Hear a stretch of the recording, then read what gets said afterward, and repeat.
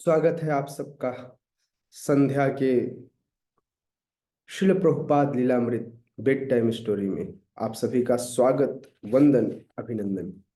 Once again, हरे कृष्णा।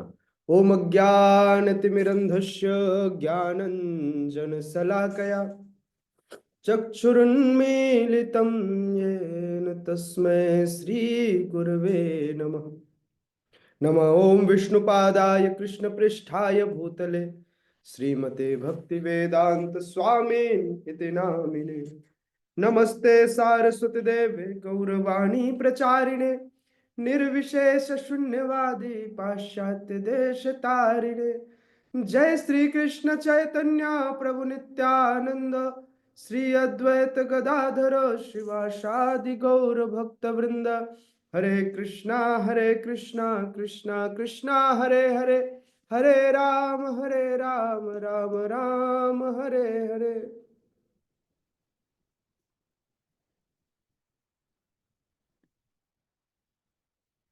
श्रील प्रभुपाद लीलामृत प्रकरण 9, वृंदावन का एक निवासी। प्रभुपाद को, अभय को दिल्ली जाना और आना बहुत कठिन हो रहा था। रोज जब जब पत्रिका के सिलसिले में अभय को दिल्ली जाना होता तो वे सुबह जाते शाम को लौट आते, क्योंकि दिल्ली में रुकने की कोई व्यवस्था नहीं थी। इससे उन्हें दिल्ली में अधिक समय नहीं मिल पाता था, क्योंकि जाने की जल्दी होती थी। प्रचार कार्य कहीं ना कहीं बाधित हो रहा था। पहले वे श्रीमान गुप्त के साथ ठहरते थे, जो एक अच्छे शुद्ध हृदय के सज्जन थे और साथ ही साथ गीता का नियमित पाठ करते थे और साधुओं के ठहरने के लिए स्थान देते थे। अभय ने श्रीमान गुप्त को बताया था कि मैं पाश्चात्य जगत में इस बैक टू गॉडहेड का पत्रिका का प्रचार करना चाहता हूं। यह अच्छी व्यवस्था थी। जगत में प्रचार करने की इच्छा के बारे में वे खुश भी थे। अभय अकेले बैठकर लिखते रहते, लेकिन समय के साथ जिस कमरे में अभय रुक रहे थे उसे एक दूसरे साधु ने किराए पर ले रखा था। अब अभय के पास दिल्ली में ठहरने की कोई दूसरी व्यवस्था नहीं थी। अभय नहीं चाहते थे कि मैं एक भी रुपए अपने लिए खर्च करूं, इसलिए क्योंकि वे दान, जो डोनेशन है, उस डोनेशन को पूरी तरह से भगवान की सेवा में लगाना चाहते थे।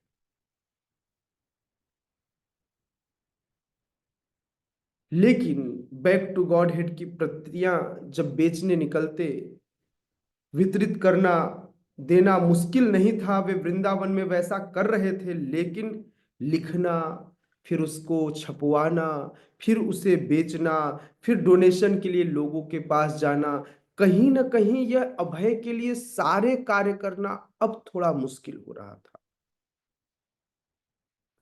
जो छपाई करने वाले श्रीमान जैन जी थे, जैन जी आश्चर्य से अभिभूत थे कि एक व्यक्ति ऐसे पत्र को लेकर, जिसे प्रकाशित करने के लिए उसके पास कोई साधन नहीं है, क्यों अपने आप को इतनी कठिनाई में डाल रहा है। प्रभुपाद बताते हैं कि मैं बैक टू गॉड हेड के लिए दिन रात काम करता। शुरू में जब मैं गृहस्थ था तब मुझे चिंता न थी कि कोई उसकी कीमत देता है या नहीं देता। मैं उदारता पूर्वक उसका वितरण करता रहा। लेकिन जब गृहस्थ जीवन छोड़कर मैं अकेले रहने लगा, कभी वृंदावन में, कभी दिल्ली में, या कभी बैक टू गॉड हेड के विक्रय के लिए मैं यात्रा करता, तो वे दिन मेरे लिए बहुत कठिन हो गए। बैक टू गॉड हेड के पाक्षिक संस्करण का लगातार निकलने वाला 12वां अंक 20 नवंबर 1956 ईस्वी को निकालने के बाद अभय के पास अब पैसे नहीं थे। श्रीमान जैन ने साफ कर दिया कि केवल मित्रता के लिए वह इन पत्रों को, इस बैक टू गॉडहेड पत्रिका को नहीं छापेंगे। है ना, मित्रता में कब तक छापते। अब अभय वृंदावन लौट गए और लिखने में लगे रहे, लेकिन अब छापने की कोई योजना नहीं थी, क्योंकि अभय के पास पर्याप्त डोनेशंस नहीं थे। बैक टू गॉड हेड की आर्थिक विफलता इस कारण थी कि लोगों की रुचि ही भगवान की भक्ति में अर्थात कृष्ण भावनामृत में नहीं थी। भारत में कुछ साधु विख्यात और प्रभावशाली थे, लेकिन अभय उनमें से नहीं थे। आज भी बहुत सारे ऐसे साधु हैं जो बड़े विख्यात हैं। हाँ, उन बड़े बड़े कथाएं वे करते रहते हैं, लेकिन लेकिन स्पष्ट था कि उन्होंने इस आध्यात्मिक शिक्षा को अपने गुरु से जिस ढंग से सीखा था, उसी ढंग से उन्हें प्रचार करना था यथारूप में। वे खुल्लम खुल्ला सभी राजनीतिज्ञों का यथारूप में, हाँ, यथारूप में आलोचना करते। यदि गलत है तो गलत है। वे इस बात से परेशान नहीं होते कि कोई उन्हें क्या कहेगा। भक्ति सिद्धांत सरस्वती ने कहा था कि चाटुकारिता मत करो, चापलूसी अच्छी नहीं। सच कहो, यदि कृष्ण प्रसन्न है तो तुम्हें सफलता मिलेगी, धन आएगा। और अभय को इस कथन में पूरा विश्वास था, कभी भी वे चाटुकारिता नहीं करना चाहते थे। समझ रहे हैं आप? तो हमें किसी की भी इस प्रचार के लिए चाटुकारिता करने की आवश्यकता नहीं है, यथारूप में आगे बढ़ने की आवश्यकता है। अपने आध्यात्मिक गुरु में विश्वास अभय की सबसे बड़ी संपत्ति थी। उनका दृढ़ मत था कि भक्ति सिद्धांत सरस्वती का अनुसरण करने से उनके और भगवान चैतन्य के आशीर्वाद प्राप्त होंगे। यद्यपि विगत 2 वर्षों में उन्होंने सामने आए हर मार्ग का अनुगमन किया था, और जहां तक वह ले गया था उस पर वे चले थे। वे ऐसा, जब भी उन्हें लगा कि ये मार्ग अच्छा, इस मार्ग पर भी आगे बढ़े। मार्ग में मतलब प्रयासों में, है ना। उन्हें अपने पर विश्वास था, कभी न कभी भरपूर समर्थन और अनुकूल श्रोता पाठक मिलेंगे ही। कर्मनिष्ठ सहकर्मी भी उन्हें मिलने लगे थे, और इस प्रकार से अभय ने अपने आप को भगवान की सेवा के लिए सदैव तैयार रखा। अभय को वृंदावन में अपने एक शिष्य आचार्य प्रभाकर का पत्र मिला। उसने उससे अभय के मन में एक विचार आया कि आचार्य प्रभाकर मिस्र बंबई में भारतीय विद्या भवन के संस्कृत विभाग के सचिव के रूप में कार्य कर रहे थे। उन्होंने श्रील भक्ति वेदांत प्रभु को बंबई आमंत्रित किया कि पहले की तरह ही दोनों मिलकर वहां उपदेश करें। भारतीय विद्या भवन के संस्थापक निदेशक राज्यपाल के. एम. मुंशी थे, वही राज्यपाल जिनकी पत्नी ने झांसी में राधा मेमोरियल में को छोड़ देने का दबाव उन पर बनाया था। इस प्रकार से आचार्य प्रभाकर हाल ही में मुंशी जी से, राज्यपाल जी से, उनकी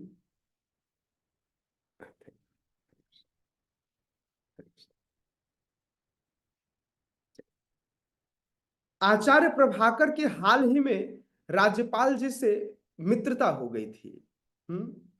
और अभय को उन्होंने अभय को सूचित किया था कि राज्यपाल से उनकी अच्छी सहायता मिल सकती है। इसलिए जनवरी 1957 में अभय ने महंत गोपाल को यह आश्वासन देकर कि मैं जल्दी ही वापस आऊंगा और अपने कमरे के लिए 5 रुपए प्रति माह भेजता रहूंगा, मैं बंबई के लिए वे प्रस्थान कर गए। आचार्य प्रभाकर ने विभाग के आवास में अभय के रहने की व्यवस्था की, उनका परिचय विद्वानों और धर्म अनुयायियों से कराया। उसके बाद वे राज्यपाल मुंशी के संसार में क्या खराबी है विषय पर एक भाषण सुनाने गए। किसके पास गए? मुंशी के पास। टॉपिक क्या था? संसार में क्या खराबी है। तत्पश्चात अभय राज्यपाल के पास गए और उनके भाषण की प्रशंसा करते हुए उन्होंने इस बात पर बल दिया कि विश्व आपदाओं को रोकने के लिए एक आध्यात्मिक आंदोलन जरूरी है। यदि आप चाहते हैं कि पूरे विश्व में शांति स्थापित हो, तो एक ऐसा आध्यात्मिक आंदोलन चलाना होगा जो पूरे विश्व को एक छत्र के नीचे ले आए और सबके अंदर एक ही तरह की चेतना का प्रवाह हो। राज्यपाल मुंशी ने इस सुझाव को स्वीकार करते हुए अभय को भगवत गीता के अवैतनिक प्राचार्य का पद प्रदान किया। अभय ने इस पद को स्वीकार किया और राज्यपाल को बैक टू गॉडहेड की कुछ प्रतियां देते हुए उनसे प्रार्थना की कि जब भी उन्हें समय मिले कृपया आप इन प्रतियों को अवश्य पढ़ें। भगवत गीता के अवैतनिक, अवैतनिक मतलब इसका कोई वेतन नहीं मिलेगा, भगवत गीता के अवैतनिक प्राचार्य के रूप में अभय हर कक्षा में हरे कृष्ण कीर्तन के साथ आरंभ करते और गीता पर व्याख्यान देते। वे भगवान कृष्ण को परम भगवान के रूप में प्रस्तुत करते, किंतु शीघ्र ही उन्हें अपने पद की सीमाओं का ज्ञान हुआ।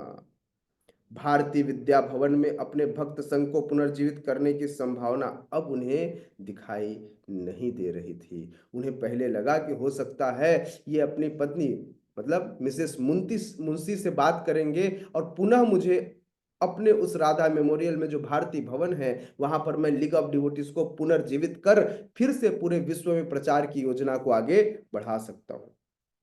कुछ समय बाद अभय भारतीय विद्या भवन के अन्य सदस्य के साथ वर्ल्ड एकेडमी ऑफ संस्कृत विश्व संस्कृत परिषद के 5वें वार्षिक सम्मेलन में कुरुक्षेत्र में सम्मिलित हुए।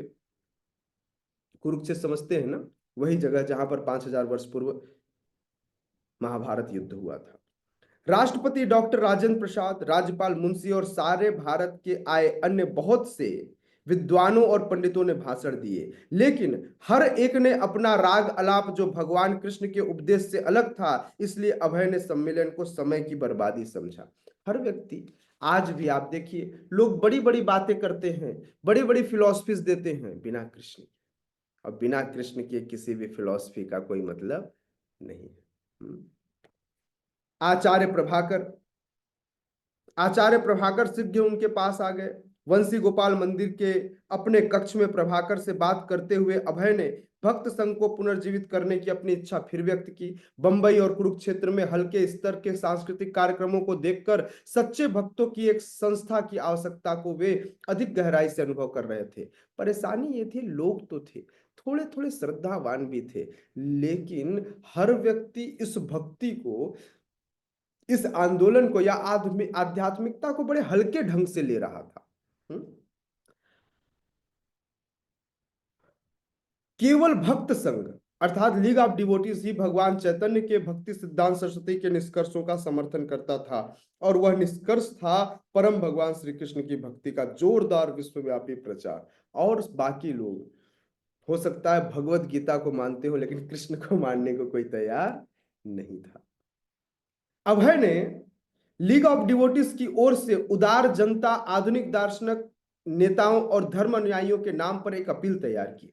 उन्होंने कहा कि लीग के कार्यकलाप होंगे बैक टू गॉडहेड को अंग्रेजी में प्रकाशित करना, युवा पुरुषों और महिलाओं को विश्वव्यापी प्रचार के लिए प्रशिक्षित करना और मात्र दिव्य साहित्यों के प्रकाशनार्थ एक प्रेस चलाना। इन कार्यक्रमों के लिए प्रति मास लगभग 30,000 रुपए की आवश्यकता होगी, और अभय ने सहायता के लिए अपील की। अंत में उन्होंने कहा, वृंदावन सर्वोपरि महत्व का पवित्र स्थान है और लीग का मुख्यालय इसलिए यहाँ स्थापित है। भारतीय विद्या भवन में गीता का अवैतनिक प्राचार्य और हरि भवन का अवैतनिक सचिव, इन प्रभावोत्तक नई उपाधियों को अपने नाम के साथ जोड़कर अभय ने आचार्य प्रभाकर के सहयोग से बैक टू गॉडहेड और लीग ऑफ डिवोटीज के लिए समर्थन प्राप्त करने के लिए एक नया अभियान चलाया। जैसे हम लोग किसी मंदिर को बनाने के लिए नए नए अभियान चलाते हैं, अभय ने पुनः इस लीग ऑफ डिवोटीज की पुनर्स्थापना या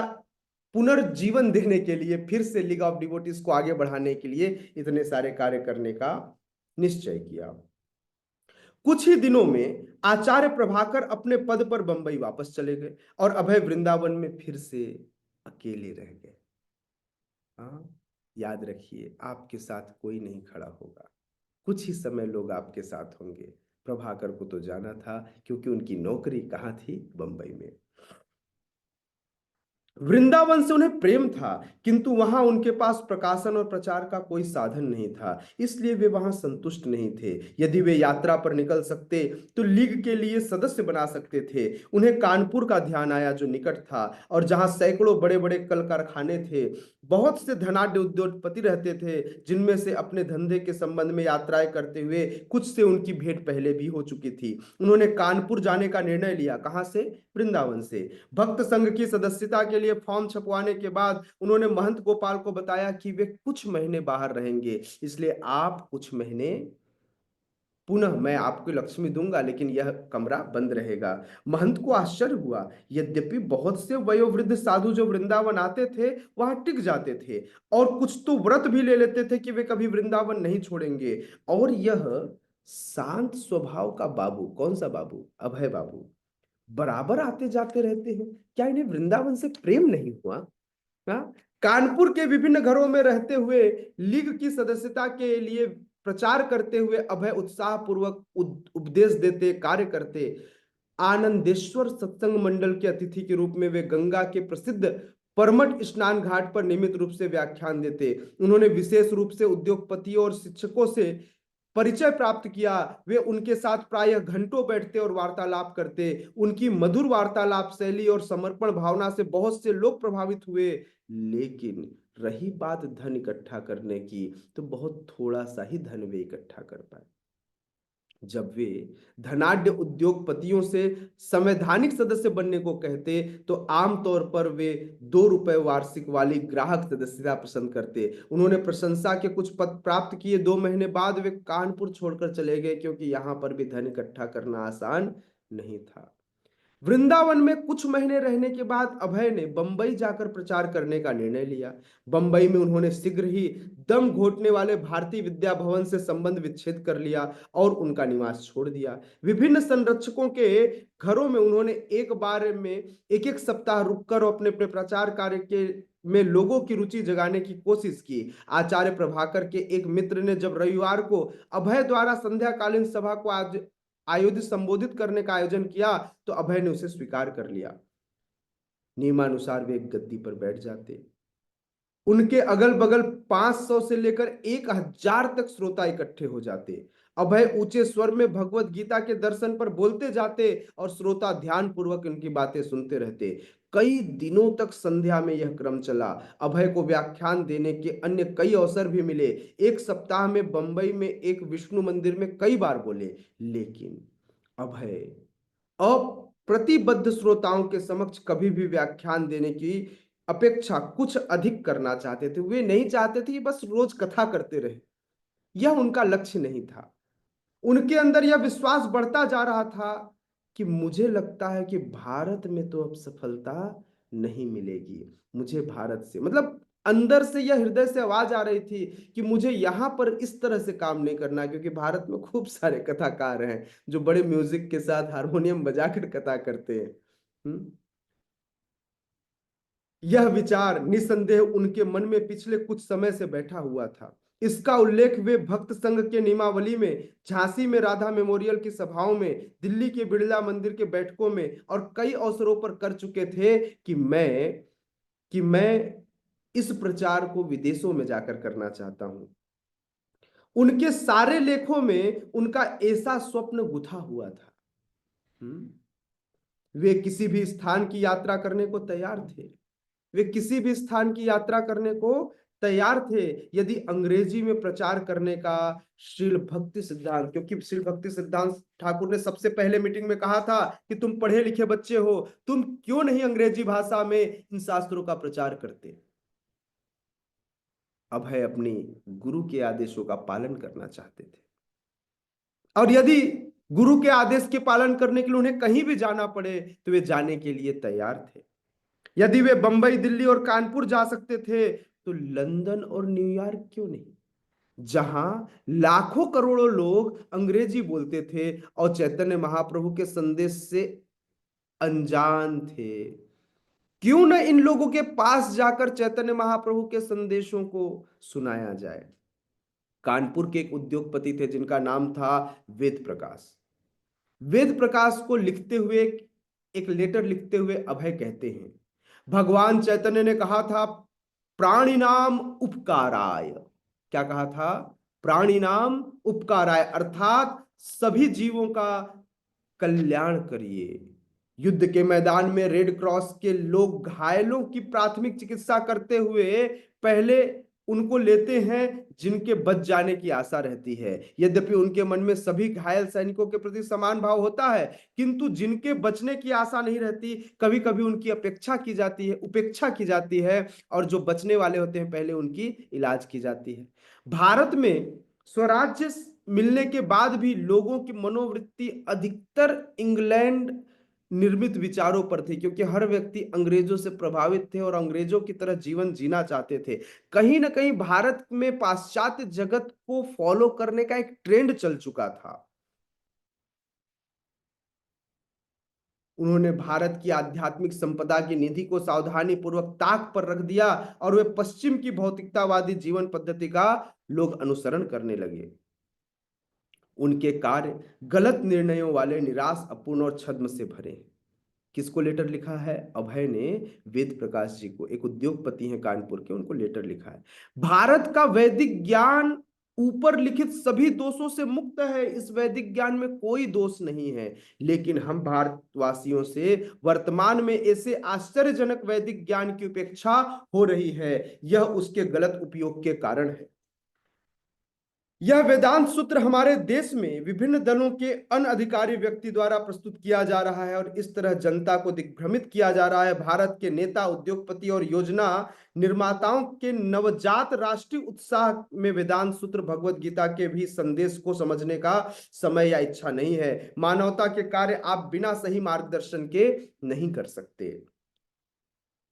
अतः विदेशों में प्रचार करने के मेरे विचार का आशय यह है कि ज्ञान की भौतिक वृद्धि से उब गए हैं वे वेदांत सूत्र या भगवत गीता के मार्ग दर्शन भरे संदेश को आधिकारिक ढंग से पाना चाहते हैं। मुझे विश्वास है कि जब यूरोप और अमेरिका आदि के लोग इसे स्वीकार कर लेंगे तो भारत पुनः अपने आध्यात्मिक जीवन को लौट जाएगा, क्योंकि भारतवासियों की इस समय अपनी ही संपत्ति की उपेक्षा करके भीख मांगने की आदत हो गई है। यह मेरा दृष्टिकोण है, लेकिन जो भी हो, हमें केवल सेवा के अवसर का सदुपयोग करना चाहिए। और इस प्रकार से उन्होंने वेद प्रकाश जी को एक लेटर लिखा जिसमें वे चाहते थे कि वेद प्रकाश जी उनकी सहायता करें। प्रचार का उनके पास एक माध्यम था, बैक टू गॉडहेड पत्रिका, जो वे भारत के बाहर भेजना चाहते थे, लेकिन उनके पास डोनेशन इतनी नहीं थी, इसलिए उन्होंने कुछ ऐसे डोनर्स के पास यह पत्र लिखा जो उनकी सहायता कर सके। उनकी आकांक्षा अधिक से अधिक लोगों से डोनेशन प्राप्त करके उसे और छपाने की और बाहर भेजने की थी। 50 से अधिक देशों में वे भेजना चाहते थे। सोचिए, अभय उस समय भी कितने ब्रॉड माइंडेड थे, किस तरह से वे सोच पा रहे थे।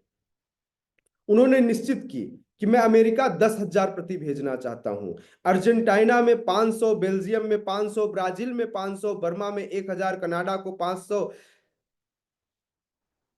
चिली को 500, चीन में 10,000, रूस में 10,000, इंग्लैंड में 10,000, आदि आदि। लेकिन जो डोनेशन देने वाले थे, ऐसे डोनेशन देने वालों ने पैसे उतने नहीं भेजे जितने अभय को जरूरत थे, या फिर यूं कहें कि डोनेशन इकट्ठा करने में अभय को सफलता हासिल नहीं हुई। अभय ने पाया कि एक ओर भारत के शिक्षित और संस्कृत वर्ग के लोग अपनी आध्यात्मिक संस्कृति को ठुकरा रहे थे, तो दूसरी ओर धार्मिक प्रवृत्ति की जनता हिंदुत्व के नाम पर प्रचारित परस्पर विरोधी और अनधिकृत सिद्धांतों के बाढ़ में उलझ रही थी।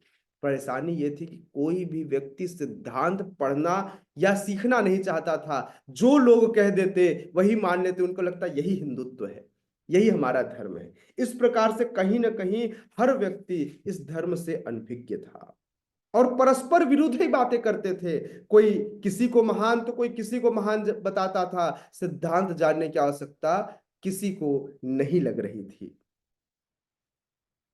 वैसे तो वैसे तो एक चौंका देने वाला दृष्टांत आया 1958 में, ग्रीष्म ऋतु में बंबई में जब वे प्रचार कर रहे थे। एक ऐसे समुदाय द्वारा भागवत सप्ताह का विज्ञापन किया जा रहा था जिसकी शिक्षाओं का भागवत के सच्चे परंपरा रूप में विरोध था। भागवत, श्रीमद् भागवत भक्ति का सर्वश्रेष्ठ शास्त्र था, कृष्ण का साहित्य अवतार था, किंतु भागवत सप्ताह के आयोजक श्रीमद् भागवत का उपदेश निर्विशेषवाद सिखाने और भगवान कृष्ण के महत्व को हीन बनाने में कार्य कर रहे थे। मित्रों के माध्यम से अभय को ऐसी अपमानजनक बैठकों के बारे में मालूम हुआ और अंत में 28 जुलाई 1958 को उन्होंने भागवत सप्ताह के मुख्य आयोजक श्री रत्नीश ने रत्नसी को यह प्रार्थना करते हुए पत्र लिखा कि वे श्रीमद् भागवत से अपने आप को दूर रखें।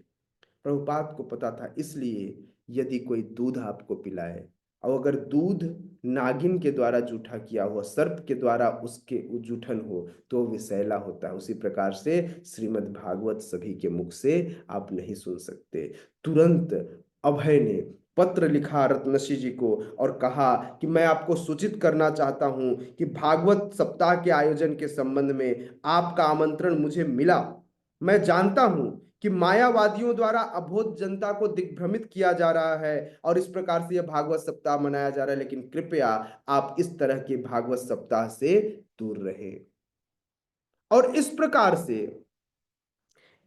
प्रकार से मैंने समारोह में भाग नहीं लिया, वरन मैंने दूसरों को भी सम्मिलित न होने की सलाह दी है, क्योंकि किसी के मुंह से भी भागवत नहीं सुनना चाहिए। कारण यह है कि पवित्र भागवत का पाठ ऐसे लोगों के द्वारा की जा रही है जो शास्त्र को समझते ही नहीं है। आज भी बहुत सारे अयोग्य लोग श्रीमद् भागवत कथा कर रहे हैं। तो याद रखिए, बिना योग्यता के, बिना परंपरा के मायावादियों से हमें ऐसे श्रीमद् भागवत का श्रवण नहीं करना चाहिए। हम लोग कहीं भी श्रीमद् भागवत का, हमारे पास कोई भी आमंत्रण आता है, हम चले जाते हैं, हम यह जाने बिना कि श्रीमद् भागवत कौन कर रहा है, क्या वह श्रीमद् भागवत में बताई गई जीवन शैली को वह अपने जीवन में जीता है। याद रखिए, कोई भी पान, गुटखा, तंबाकू खाने वाला व्यक्ति कभी भी भागवत नहीं कर सकता। इवन दो चाय कॉफी पीने वाला व्यक्ति भी भागवत उसे नहीं करना चाहिए, क्योंकि फिर भी हो सकता है उसे इस बात का ज्ञान न हो, लेकिन श्रीमद् भागवत करने का अधिकारी वही है जो गुरु परंपरा द्वारा निर्देशित समस्त आदेशों का अपने जीवन में पालन करता हो। क्योंकि श्रीला प्रभुपाद कहते हैं श्रीमद् भागवत का पाठ केवल ऐसा ही व्यक्ति कर सकता है जो आडंबर पूर्ण धार्मिकताओं से स्वतंत्र हो चुका हो। कुछ मित्रों ने जो आपके भागवत सप्ताह में सम्मिलित हो चुके हैं, मुझे बताया कि आपकी सभा में, अपने पत्र में लिखते हैं अभय, किनको? अपने पत्र में रतन सिंह जी को लिखते हैं कि आप कि उस भागवत सप्ताह के कुछ अंशों के बारे में मेरे मित्रों ने बताया कि किस प्रकार से कृष्ण की लीलाओं का वे गलत व्याख्यान दे रहे हैं। तो कृपया आप ऐसे अनैतिक दोष से आपको बचना चाहिए और बहाना देकर वहां से निकल जाना चाहिए। भविष्य के इन अबोध श्रोताओं के लाभ के लिए महाराज परीक्षित श्रीपाद सुखदेव गोस्वामी को भगवान कृष्ण की रास लीलाओं के स्पष्टीकरण के बारे में पहले ही पूछ चुके थे। रास लीला की दिव्य प्रकृति के विषय में किसी मायावादी या लौकिक नैतिकतावादी को क्षमा याचक होने की जरूरत नहीं है। लीला जो है वह है, ऐसा नहीं कि रासलीला कहीं भी गलत है। ये जो मूर्ख बात कर रहे हैं, ऐसे मूर्खों से आपको बचना चाहिए। हाँ, ये नहीं समझते इसका मतलब यह गलत है, ऐसा बिल्कुल नहीं है। फिर अभय ने लिखा कि श्लोक क्रमांक 30 में वर्जित किया गया है कि कोई भी सांसारिक व्यक्ति रासलीला न सुने। समझ रहे हैं? आज हर सांसारिक व्यक्ति रासलीला में आनंद उठाता है, नाचता है, गाता है, उसको लगता है यही रासलीला है। प्रभुपाद ने क्लियरली बताया कि स्वयं श्रीमद् भागवत में यह आदेश है, श्लोक संख्या 30 में, कि सांसारिक व्यक्ति रासलीला का श्रवण नहीं कर सकता, या किसी सांसारिक व्यक्ति से रासलीला कभी भी नहीं सुननी चाहिए। पहले उसे संसार से मुक्त होना चाहिए, तभी वह रासलीला पर कथा कर सकता है। आपकी संस्था में श्रोता और व्याख्यानकर्ता दोनों सांसारिक हैं और मूर्खतावश उनका रासलीला में सम्मिलित होना रुद्र का अनुकरण करने के समान होगा, जो विष के सागर का पान कर गए थे। बने रहिए हमारे साथ, सुनते रहिए प्रभुपाद लीलामृत। कल हम सुनेंगे किस प्रकार से अभय की चेतावनी से सैकड़ों लोग प्रभावित हुए। आगे किस प्रकार से अभय अभय कैसे बेघर बार थे और कैसे उन्होंने पाश्चात्य जगत में प्रचार करने के अपने दृढ़ विश्वास को और सुनिश्चित करके उन्होंने अपने जीवन को आगे बढ़ाया और बंगाली में एक कविता लिखा कि कैसे मैं अकेला बैठा हूं और इस मनोदशा में मुझे बहुत सारी अनुभूतियां हो रही हैं। मेरी पत्नी, लड़के, लड़कियां, पोते सभी हैं, लेकिन फिर भी मैं अकेला हूं। और इस प्रकार से बंगाली में एक कविता लिखा अभय ने, और अपने आगे के जीवन को उन्होंने कैसे दिल्ली की यात्रा करते हुए बार बार इस बैक टू गॉडहेड को छपाने के प्रयास किया। भक्ति सिद्धांत के भक्ति सिद्धांत के इच्छाओं को पूरा करने के लिए कैसे वे एक साथ बने रहे। सुन रहे हो गीता? और हम सुनेंगे कि कैसे नारायण महाराज के कुछ अपेक्षित मंत्र को अभय ने पढ़ा और वे शांत होकर बैठ गए, और इस प्रकार से वृंदावन का एक निवासी अपने जीवन की आवश्यकता की एक महत्वपूर्ण घड़ी को ढूंढने निकल चला। बने रहिए हमारे साथ, सुनते रहिए Srila Prabhupada Lilamrita bed time story में। जगत गुरु श्रील प्रभुपाद की जय, उपस्थित गौर भक्त वृंद की जय। निताय निताय गौर प्रेमानंदे। हरि हरि बोल।